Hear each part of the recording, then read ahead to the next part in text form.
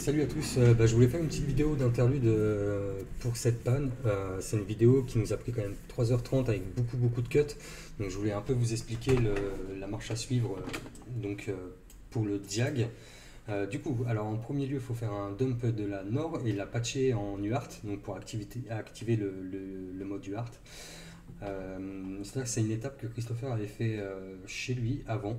Donc nous donc quand il est arrivé à la boutique, ce qu'on a fait c'est qu'on a dump le syscon, on a patché le syscon, ensuite on a réécrit un syscon qui était patché, ensuite on a lu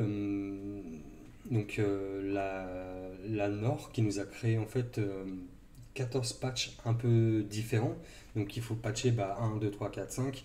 Et en fait, selon le résultat que vous sort le JagUART, vous avez un petit tableau récapitulatif sur le tuto un peu de BWE pour vous dire en gros quel numéro de patch il faut repatcher, etc.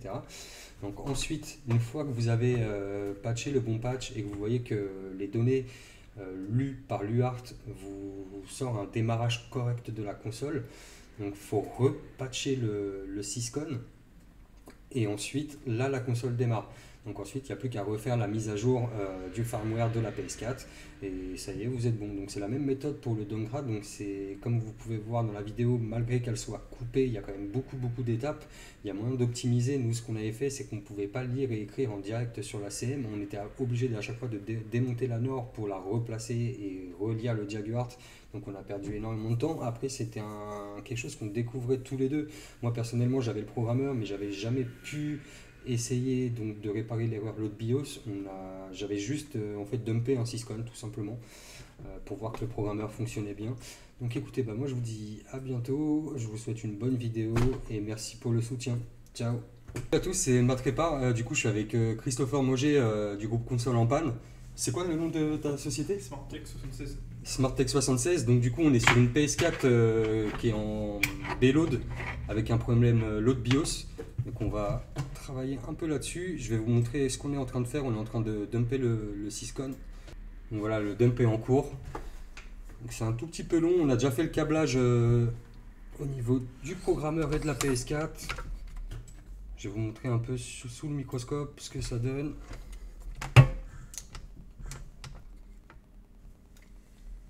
Donc voilà, on a juste collé les 4 petits fils sur notre programmeur. Donc voilà, c'est la toute première version mais qui fonctionne.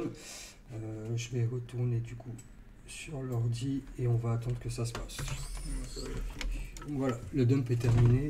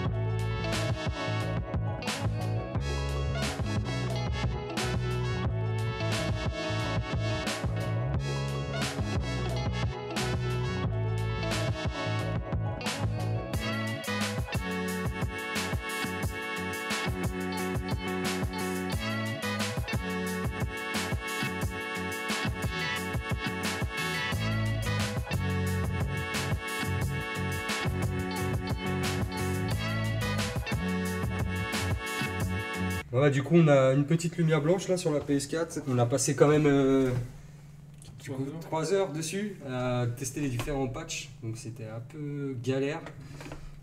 Donc là normalement on n'a plus qu'à flasher. De toute façon, j'ai le disque dur.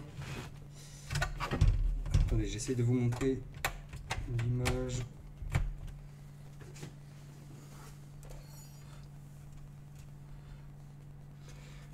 Donc voilà, on a réussi à régler le problème de load BIOS. Là on va flasher, on va l'éteindre, on va flasher, on va démonter tout ce qu'on a bidouillé, on va nettoyer et puis on revient tout à l'heure. Du coup il ne nous reste plus qu'à faire la mage. On a repris la vidéo, on a fait un petit cut. On va voir ce que ça donne. Temps de tout préparer.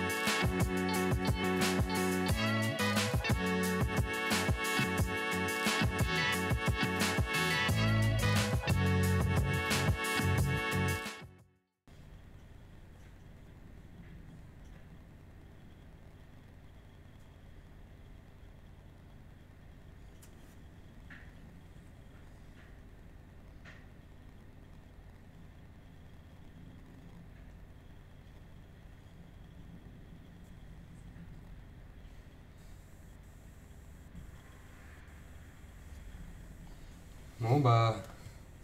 Hop. Eh, un peu, il a pas perdu ces trucs.